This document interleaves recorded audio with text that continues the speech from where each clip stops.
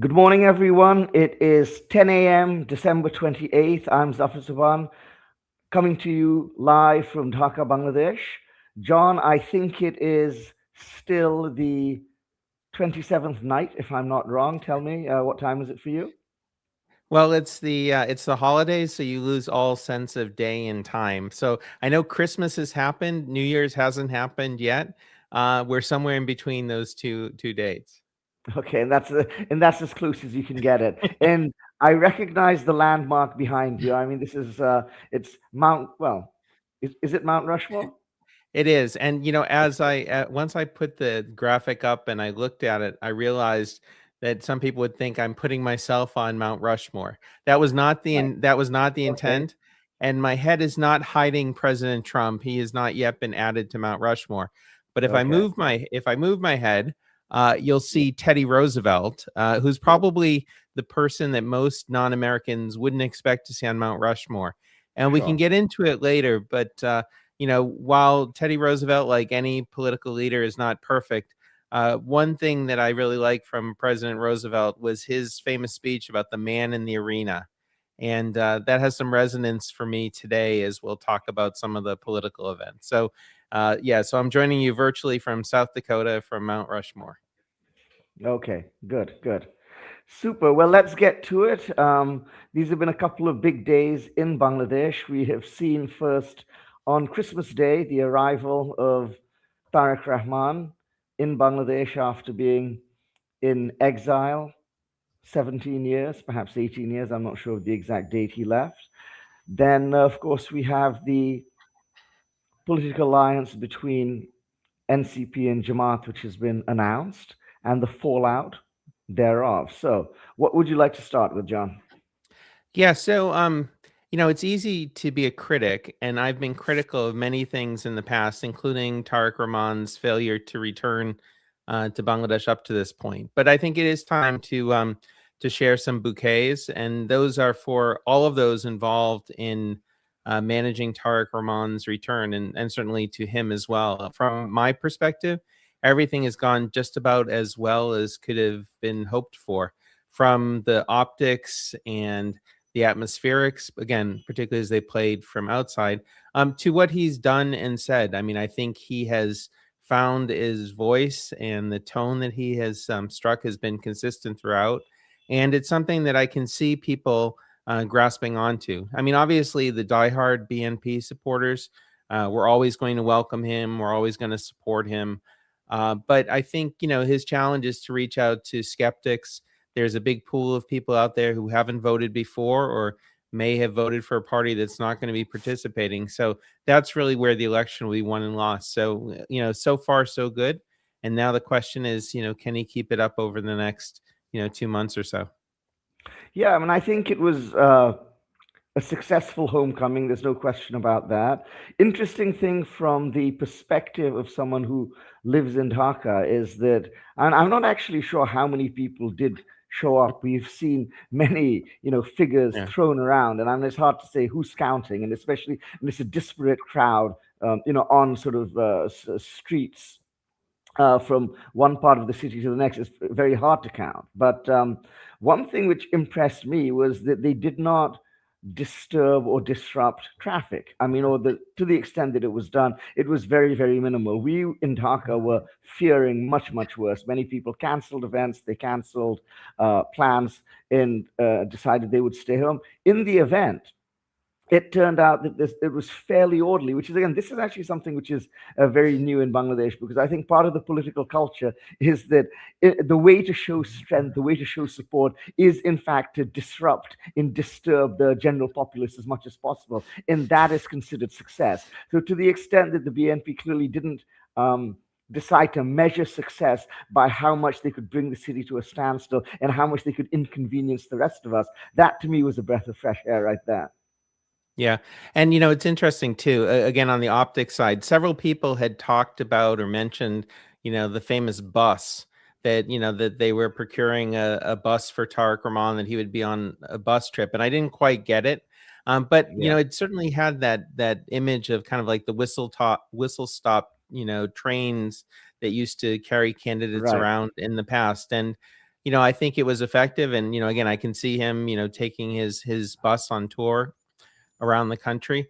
The other thing I like is that his team, at least, is very sensitive to public opinion. So for me, one thing that struck was there was some criticism after the big rally at the 300-foot road that, his Oh yeah, followers had left littering. behind a Yeah, mess. And then, and immediately there was a response from BNP, from spokesperson, that, the party workers had been ordered out onto the streets. Now, it seems that it turned out that actually it was the Dhaka municipality, char force that was doing the cleaning, but at least symbolically, some BNP workers were out there. yeah. And then again, back to The your fact favorite that they subject. cared enough. Yeah. Right, exactly. And then back to your favorite subject, I think Tarique, or I guess his daughter's cat, had also a triumphant return or arrival in Bangladesh. That was also, I think, very well managed. Yeah. No, and like I said, is a well known and long time catophile. It's been great. Now I love the fact that they've really leaned into it because it kind of Mhm. became a little bit of a social media sensation, Zebunessa the cat, without really anyone thinking about it. But again, what we see here is we see a savvy social media team who really kind of understood what was happening organically and said, okay, how can we build on this? Let's see if we can work this to our advantage.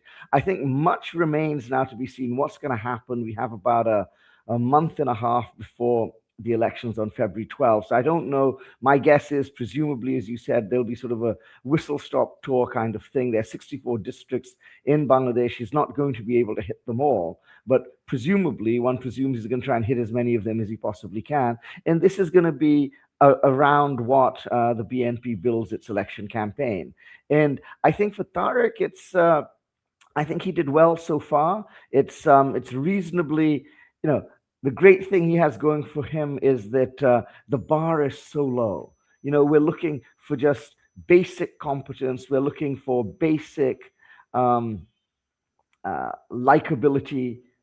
And if he's able to demonstrate those, which I think he has done so far, then that is really all that a lot of people are going to be hoping for.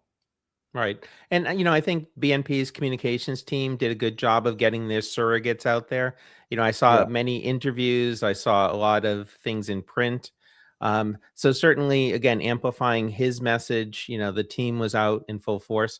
Again, I'm not sure that, his handlers will welcome me pointing this out, but I was also struck by the positive reaction to his arrival and return, and his words from across the border. I mean, there was some good international coverage as well, but in a Indian media landscape that finds very little positive to comment about in Bangladesh, there were a lot of positive comments about Tariq Rahman, and again, for all of the criticisms that he had faced in the past, and the previous BNP government had faced, it seems pretty clear that the Indian media and establishment has latched on to Tariq as their best hope, at least in the short term. No, the interesting thing about Tariq is that for the last 15 years, it's fascinating to see this evolution. He has been a millstone, or had been a millstone around the BNP's neck, and this is something which I've been part of so many discussions on television shows at roundtables where the hope was that why can the BNP not rid itself of Tariq Rahman? He's dead weight. He's remaindered goods, and why can't a new BNP be born out of the people on the ground? We had all of these discussions, and the notion that he was unacceptable to India, that he was unacceptable in the United States, that he was unacceptable to the international community. And the interesting thing is, in the last 18 months, that negative, that stigma which is associated with him, has completely vanished. That is no longer the case. It's no longer that he is any kind of a negative or any kind of a millstone for the BNP. To the contrary, he is now probably right now the greatest single asset the party has. As they enter this election season, because he's very recognizable. He's a face of the future. He is someone who people can see as a potential future prime minister. And in Bangladesh, this is important because quasi-presidential Mhm. system prime minister has an awful lot of power, invisibility. And it's not so much, yes, it is 300 different races for 300 different seats, but the person who is going to be the face of the party and the leader of the party is enormously important in our elections. As I said, sort of quasi-presidential in a sense. So that is a stunning transformation, I feel, which is very different. And of course, we've seen it evolve over the last 18 months or so, and it's had some ups and downs. I think, it took a knock earlier in the month when he wasn't coming, but again, the interesting thing is how quickly the news cycle moves. There was a lot of negative press, and then all of a sudden that's kind of forgotten, and it's now we're back to the positive again. Right. And, again, none of the other parties, that are contesting really have, an equivalent. And certainly, a force multiplier for Tarique is his family as well, which again, I think his wife, his daughter have also been, embraced by the people. And again, for the other parties and their leaders, you don't have that same phenomenon. I think the other really smart thing that Tarique and his team did was find a way for him to embrace and identify with the July Revolution, and again, I think, the recent assassination of, Sharif Osman Hadi, in a sense, presented an opportunity for Tarique because it gave him, again, an opportunity to embrace, Hadi and his legacy as kind of a stand-in for the broader, July movement. So again, I would have thought that would have been a vulnerability for him, his having been outside the country and missed the July Revolution. And you could have seen him run away from that or turn hostile against it. But I think he's wisely made the decision that, he needs to embrace that and embrace the younger generation. Again, time will tell as the campaign goes on. The other thought I had today as I was thinking about this is, it must be driving Sheikh Hasina and her family crazy, because obviously there's a lot of bad blood between those two families. But then again, if Sheikh Hasina looks in another direction, she has Muhammad Yunus. If she looks in another direction, she has the student leaders. And in another direction, she has the Jamaat Islami. So wherever she looks, there's not anyone there that she could see as her favorite candidate. I mean, she only sees her favorite candidate if she looks in the mirror. Well, it's interesting that, I think you are correct when you say that he's done a good job of, and it was very smart politics to go and try and embrace Usman Hadi, his message, and the politics of the July uprising. I think one thing which is interesting to me, and I'm not sure this is more sort of backroom chatter rather than anything that has been confirmed, is that he had wanted, or he had thought about actually going to Tungipara as well. And I think he's been dissuaded. I think there's a security concern there. He's been dissuaded from doing that prior to the elections, but perhaps he will go after the elections. And I think that is actually very interesting because on the one hand, reaching out and trying to co-opt or trying to, the message of the July uprising is, I think that's fairly smart but obvious politics. Whereas how he deals with Awami League voters, how he deals with the sort of the soft Awami League voters who are up for perhaps looking elsewhere for the vote is very interesting. And I think, again, if we're talking about unifying the country, if we're talking about someone who can bring the disparate strains of this country together, that is, I don't know what we'd say, 10, 15, 20% of the people who are going to have to be reached out to at some point. Perhaps after the election would be the time. But I mean, it's interesting. And I think, in fact, if you also see his record, through the years, and even back when he was in the country, he's actually always been someone to, speak well of his rivals. He's not one of the people who's out there, sort of throwing, a lot of Bangladeshi politicians have a very sort of zero-sum game approach, and so he's not one of those. So these are all good signs, I think. Yeah, and I think the other challenge, obviously, for any political leader, and I think particularly for him, is how he divides his time going forward. So certainly he's going to be the main face of the campaign, even though it's not a presidential system and each candidate has to run their own campaign. Obviously, there's that overall kind of party image. and the kind of coattails effect that they'll want to see. At the same time, he's got real family issues to deal with, including, his mother, who is seriously ill. He's been away from home, so he has to tend to family. And then I think there's also the preparation he'll have to do if he, is elected and has to govern, both within his own party, kind of assessing people up close, seeing them in the environment, making decisions about who he might select for cabinet positions. So in a sense, all of the BNP leaders are auditioning for future roles. And at the Sure. same time, he'll have to develop those relationships with others, whether it be the private sector, the international community, civil society, his political rivals, who again may end up being, with them in parliament, playing perhaps a role of an opposition. So he's got a full schedule, and I hope that those who are tending to his, image are also thinking about, how you manage his time, which is for any politician or any leader, their most valuable asset is their day and their time.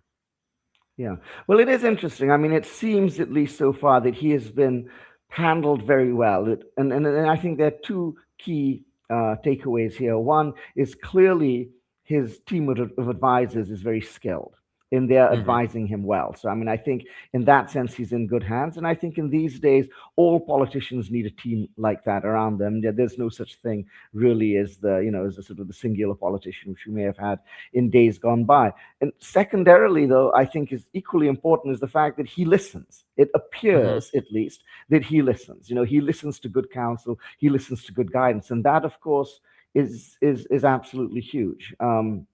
So again, as we say, it's early days. I mean, it's perhaps a little premature for either of us to speculate further. We'll see what we'll see what the next month and a half brings. But certainly, again, sitting here in Bangladesh, I think most people I speak with, if you sort of put your finger in them, and most people are happy to see him back. They feel that this is a good thing, Mhm. and they're looking forward to the next month and a half.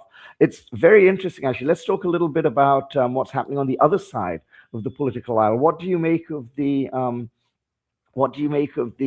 coalition between the NCP and the Jamaat? Yeah, so it's obviously been a fast moving story, and I've seen a lot of social media and other media speculation and information coming out. And my first thought is with the NCP leaders, including those who have decided to now contest as independents, which I know at least one has, and presumably others may do so Yeah. as well. I have the utmost respect for all that they've done over the past 18 months. I salute them for their contributions, for their commitment. And I respect their decisions either way. I respect those who stay in the NCP, and I Hmm. respect those who decide to go in a different way. So I'm not choosing sides by any means. And then, obviously people are looking at this from their own political perspective, and you can see and take comments from people aligned with another party, with a grain of salt. What I would say, though, is that the idea of forming election coalitions or alliances is nothing new in Bangladesh.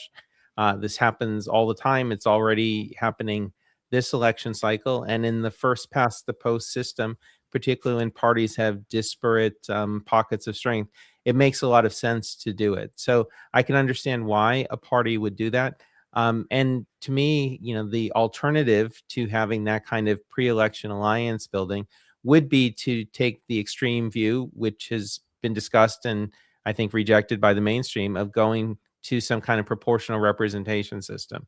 Um, Yeah. so, you'll have to have some kind of negotiation, some kind of alliances in a multi-party system, either before or after elections. So, I can understand why an alliance would form. I can understand, the critiques. Although, what the final thing I would say on this, and again, I'm interested in your views. Ideological consistency to me has never been a main consideration when it comes to forming alliances. There have been alliances of very strange bedfellows in Bangladeshi politics, and that's because they serve a certain purpose. And in fact, in some ways, the heterogeneity of the alliances is the point.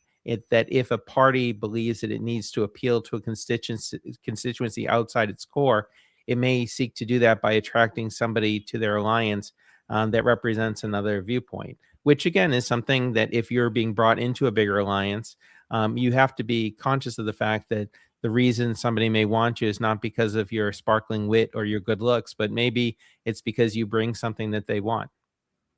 Yeah, I mean, I'm interested to see how it pans out in the final analysis, whether in fact this alliance is going to work to the benefit of the NCP. It seems to me from the polling that I have seen that NCP voters and Jamaat voters are actually quite different in whether, joining together in an alliance is going to be, in the end, helpful for NCP, I think is unclear. We'll only know when the votes are finally counted.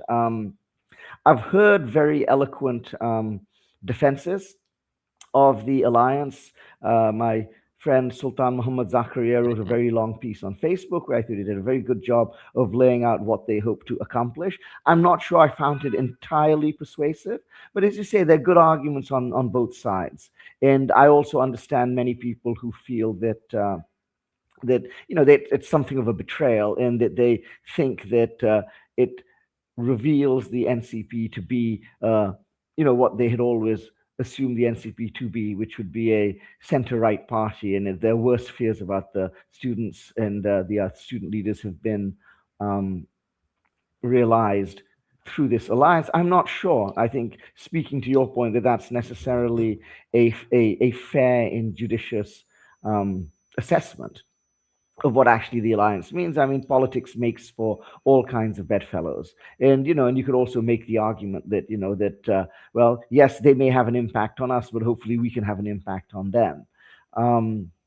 I think what it does is it kind of crystallizes the issues. We now know who we're going to get in what constituency, who's going to go up against who, and that's going to be interesting to see.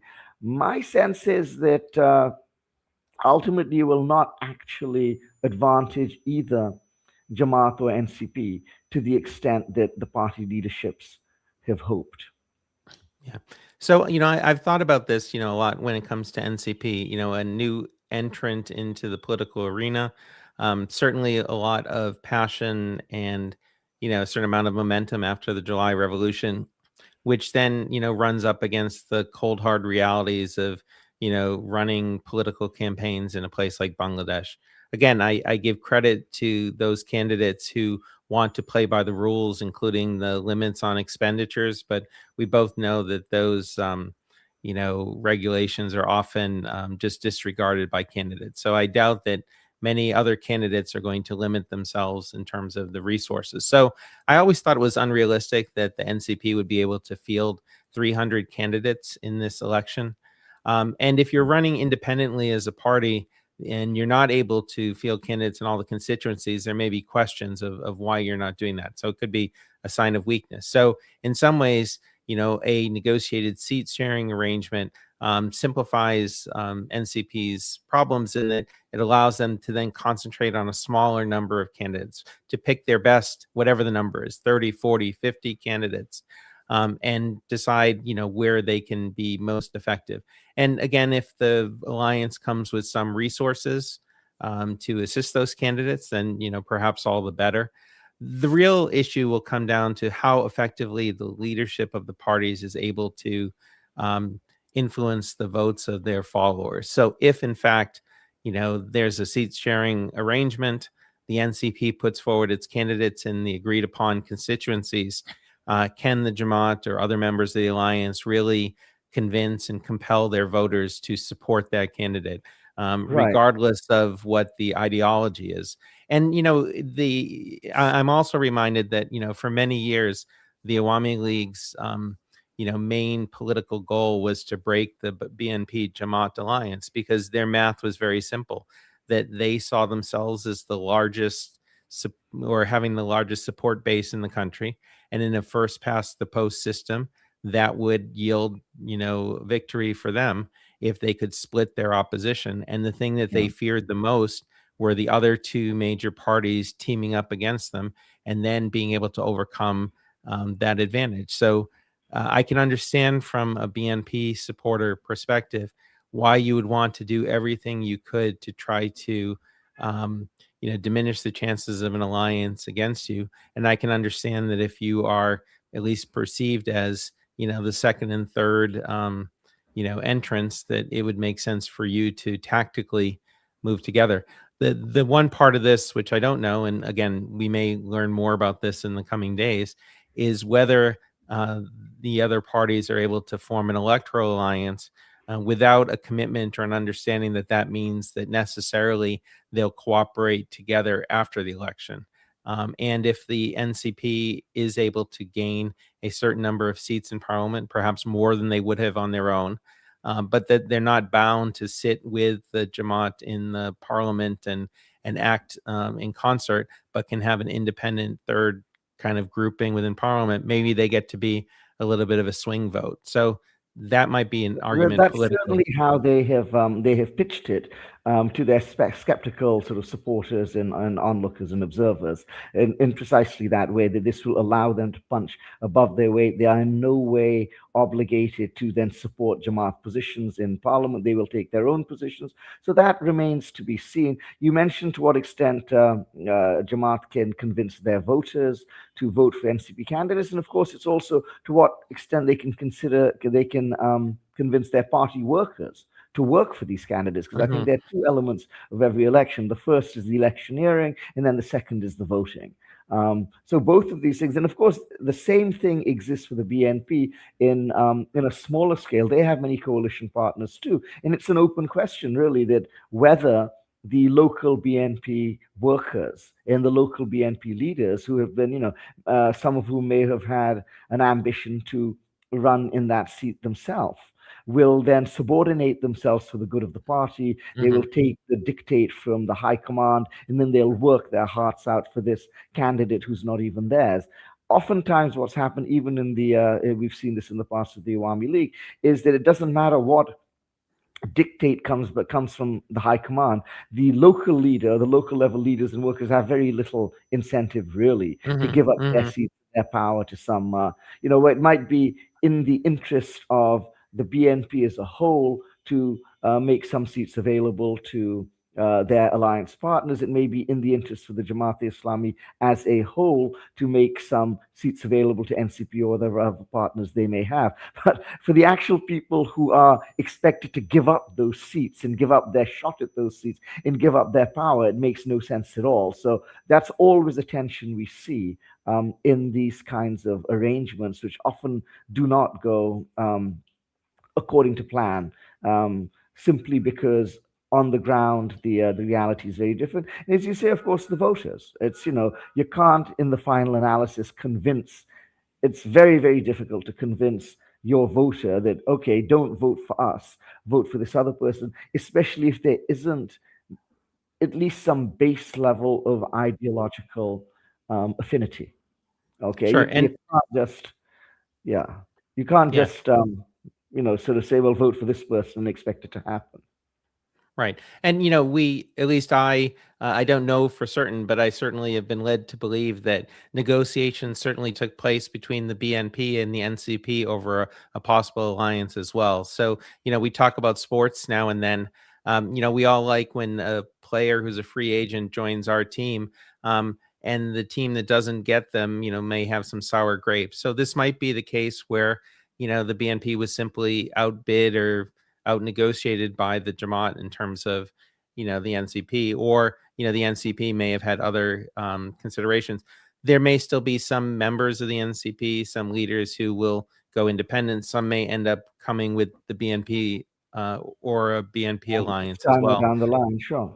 Right. The other factor which I've seen, which is an interesting one, is that, the NCP also may be gaining potentially on the number of seats in the lower house, but I've seen an argument that actually this might hurt the NCP's chances in the upper house. Again, if that's those seats are determined by proportional representation, and if that kind of process goes forward, there may have been an argument that by running more candidates in more constituencies, you raise your overall share of the national vote, which yields more seats in an upper house.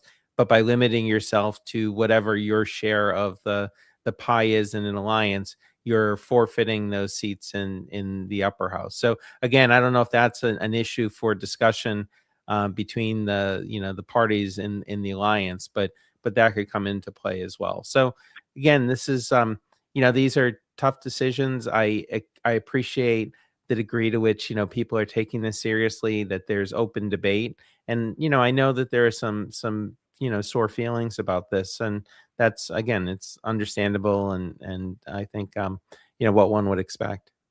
Now, I'm simply glad that we are having these discussions. I'm glad that we seem to be moving towards some kind of a conclusion on all of these issues. And I think at the end of the day, you put this all before the voters and let the voters have their say. That's what elections are all about. You and I can comment, we can observe, other people will have their own takeaways from these. But at the end of the day, what really matters is what the voters think. And, the truth of the matter is, in Bangladesh, we haven't had a real election for many, many years. So we actually have, all of us, we make our livings, punditing and prognosticating. But the truth of the matter is, we really don't know.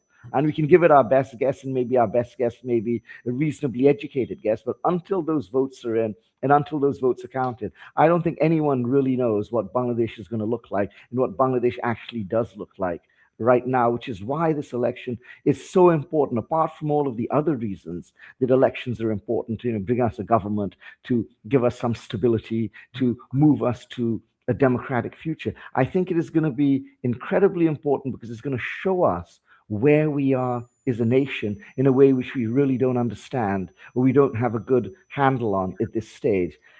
On that note, we have hit our 30 minutes. Any final thoughts, John? No, thanks. Great discussion as always, and look forward to the next one, where I think if everything works out, we'll have a guest join us as well. That's right. It'll be our first Jay-Z show of the new year, and I look forward to it. I hope all of you who are in the audience here today or tuning in over the next few days will join us again next week. Thank you. Great. Thanks.